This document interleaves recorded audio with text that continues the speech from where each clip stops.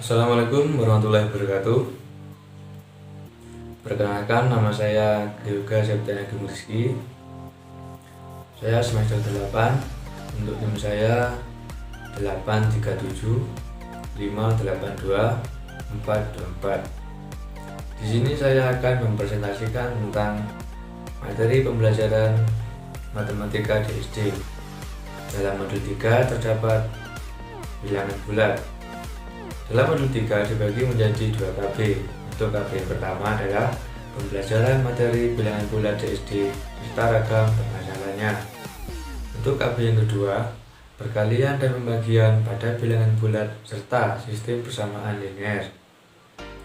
Baik, di sini saya akan menjelaskan KB yang pertama terlebih dahulu, yaitu pembelajaran materi bilangan bulat di SD serta ragam permasalahannya. Baik, mari kita simak video berikut ini. Baik, sebelum kita mempelajari dari kegiatan belajar satu lebih dalam atau masuk dalam inti pokok bahasan, alangkah baiknya kita awali dulu dengan bagaimana cara menerapkan pengertian dan adanya bilangan bulat dengan pendekatannya. Dalam pembahasan bilangan bulat sendiri tidak bisa dipisahkan dari uraian tentang bilangan yang asli. Nah, selanjutnya kita langsung saja masuk dalam inti pembahasan dari KB yang pertama.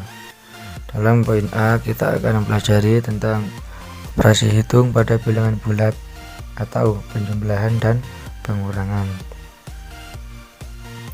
Dalam operasi hitung bilangan bulat dapat dibedakan menjadi dua. Yang pertama yaitu tahap pengenalan konsep secara konkret.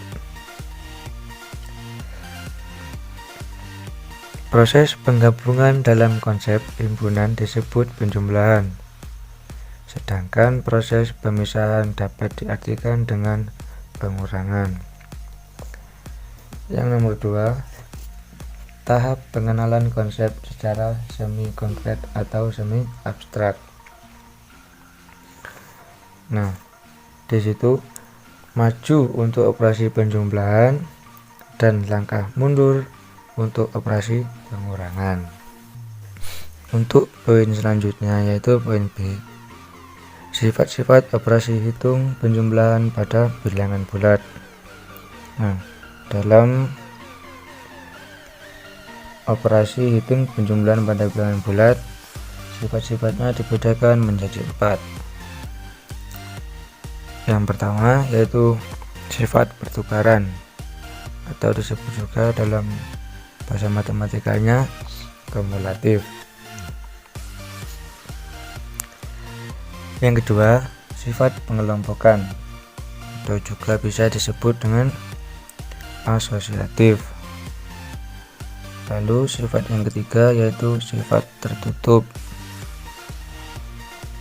Dan yang terakhir di sini kita belajar tentang sifat bilangan nol.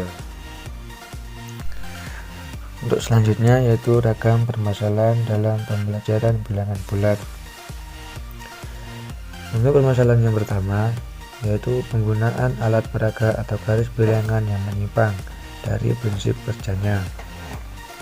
Lalu yang kedua, salah penafsiran bentuk A ditambah dengan negatif B, atau bisa juga A dikurangi B atau A dikurangi negatif B. Untuk yang nomor 3 yaitu tidak dapat membedakan mana itu bilangan positif dan mana itu juga bilangan yang negatif sebagai operasi hitung dan garis bilangan. Yang keempat, kurang tepatnya memberikan pengertian bilangan bulat. Lalu contohnya yaitu negatif 1 ditambah dengan negatif 4. Jadi cara mengerjakannya yaitu kita harus membuat garis bilangan terlebih dahulu dimulai dari 0. Untuk ke kanan itu hasilnya positif. Jika ke kiri atau mundur hasilnya negatif. Jadi kalau negatif 1 ditambah negatif 3 berarti hasilnya kita tarik garis dulu dari 0 ke negatif 1 terlebih dahulu. Setelah itu dijumlahkan. Karena yang dijumlahkan itu negatif juga, berarti kita harus menarik ke belakang lagi. Dari negatif 1 ditarik ke negatif 3, dihitung sebanyak 3 kali. Jadi dari negatif 1 ke negatif 2, negatif 3, dan negatif 4. Nah, setelah itu baru kita temukan hasilnya. Jadi negatif 1 ditambah dengan negatif 3 hasilnya negatif 4. Untuk selanjutnya kita akan membuka pada materi yang kedua atau kegiatan belajar kedua. Di sini kita akan mempelajari tentang bagaimana cara mengerjakan perkalian dan pembagian pada bilangan bulat. Yang pertama yaitu perkalian bilangan bulat positif dengan bilangan bulat positif. Jadi sama-sama yang dikalikan itu bilangannya positif. Contohnya yaitu 7 dikalikan dengan 5. Hasilnya pasti positif 35. Mengapa hasilnya bisa menjadi positif?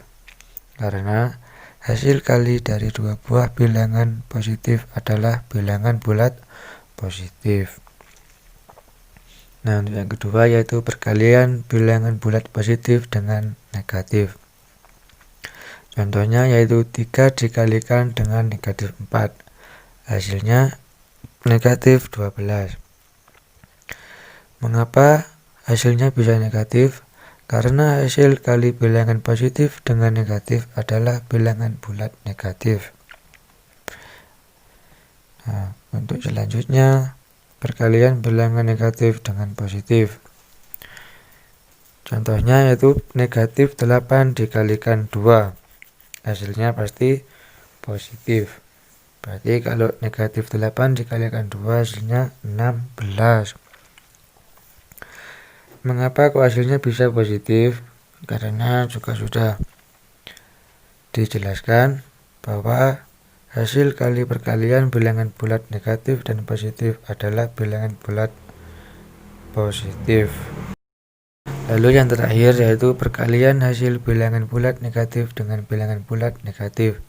Jadi yang dikalikan ini sama-sama memiliki nilai bilangan yang negatif.